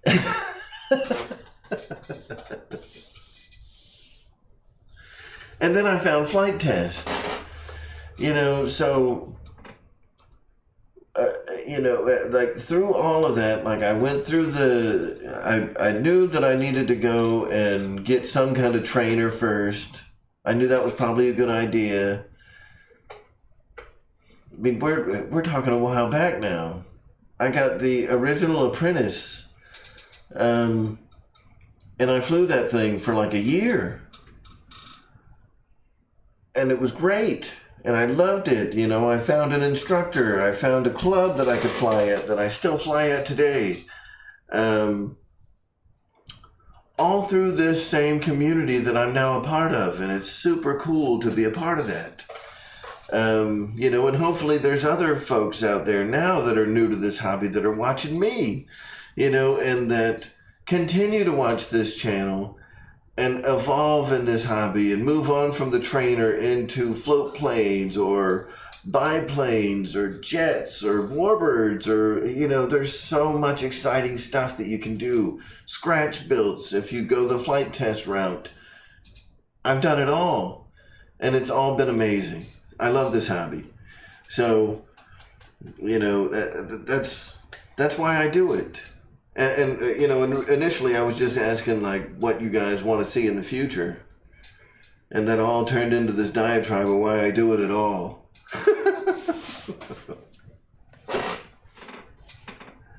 I've still got my Apprentice, man. I love that thing.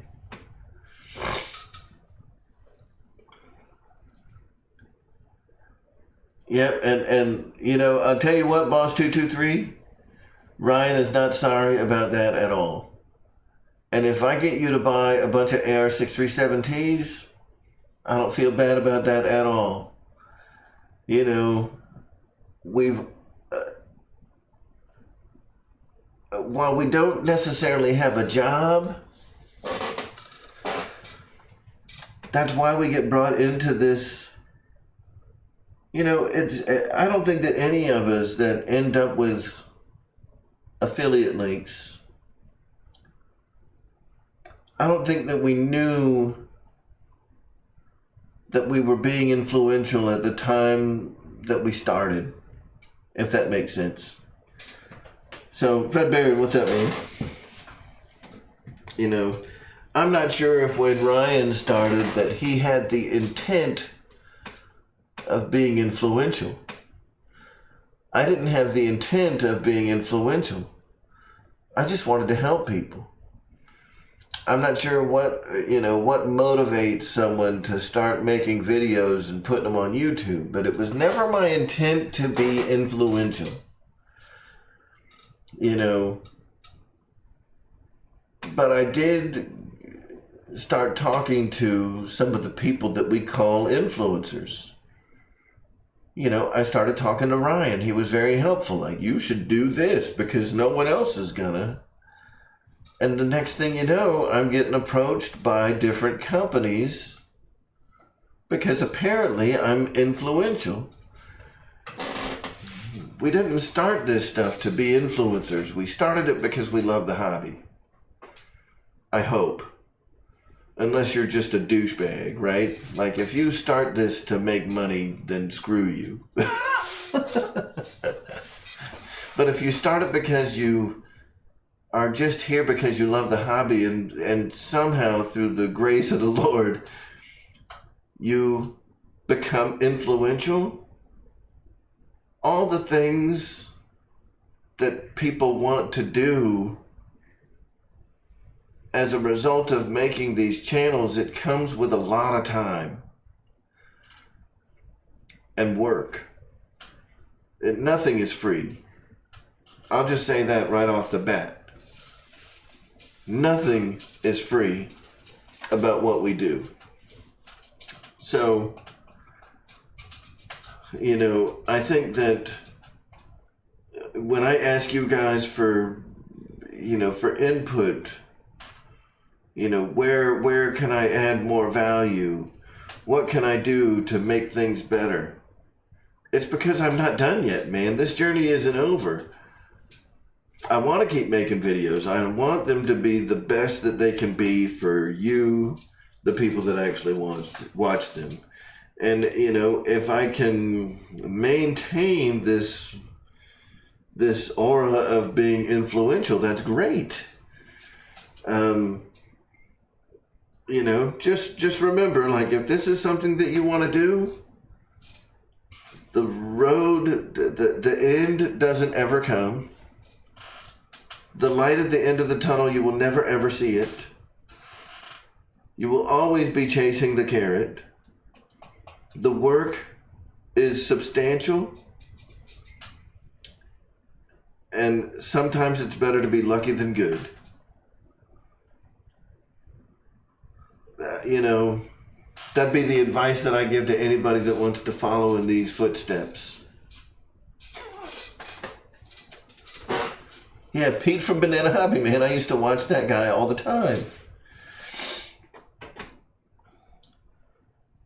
You know, there's a lot of folks that want to do this influencer thing. And if you're doing it because you want to be an influencer, sell your camera and don't do it. That's all I can tell you. If you're going to make videos because you're genuinely interested in helping other people, that's commendable. Join the club.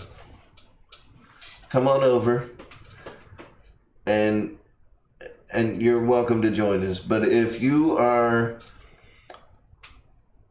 gonna start making YouTube videos because you want free shit, get the fuck out of here. You know? Sorry. That stuff gets me a little surly. Hunter Yoakum, thank you, man. I really appreciate it. Killer Planes, that was another one I used to watch, man.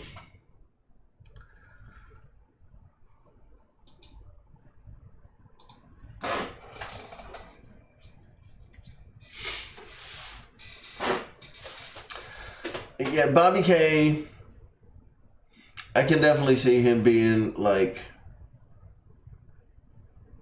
very attracted to Rich Baker. I can see that.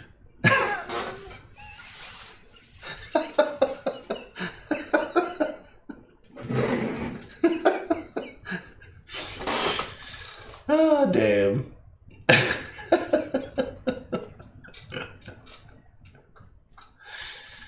You know, like Bobby, you know, he's just flipping through YouTube channels and he lands on Rich Baker and he's like, dude, that guy is a man. And I have got to get in on this. What's up, Bobby K? So listen, guys, as much as I love, you know, kind of going off the deep end and talking about YouTube a little bit and you just kind of sharing my thoughts and trying to get some input from you guys. I mean, this is what it's all about right here. We talked about RealFlight tonight. We talked about all the different shows that are on. Kind of talked about my opinion of people that start up channels because they want to be influencers. Don't do this crap because you want to be an influencer, man. Do it for the love of the hobby. And if by chance someone at a place that wants to, you know, if by some chance a place with an affiliate program thinks that you are worthy and that you are influential, the rewards will come. But don't do it for the rewards that you get from the companies. Do it from the rewards that you get through people that say thanks. Because that's far more rewarding than any airplane you'll ever receive from any manufacturer. So with that, I'm going to wrap it up for the night. I want to say thank you to everybody that's here. I want to, you know, invite you. That's my wife. Everybody say hi to Amy.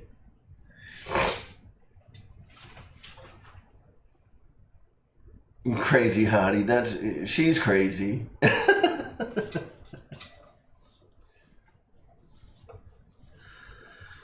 So, and everybody thank Amy for even letting me do this, man. I mean, she's awesome. She's awesome. I couldn't ask for a better companion, a better life partner. You know, I mean, I think we get on each other's nerves, but I don't mind saying it in public. Like, I adore my wife so much, and she lets me do all kinds of crap that I probably shouldn't be allowed to do. She's amazing. So, anyway, guys, it's 10 o'clock. Gooniac's going to be on in it's 10:02. He'll be on in 13 minutes. So, I'm going to let y'all go. Thank you guys so much for listening to me blab tonight.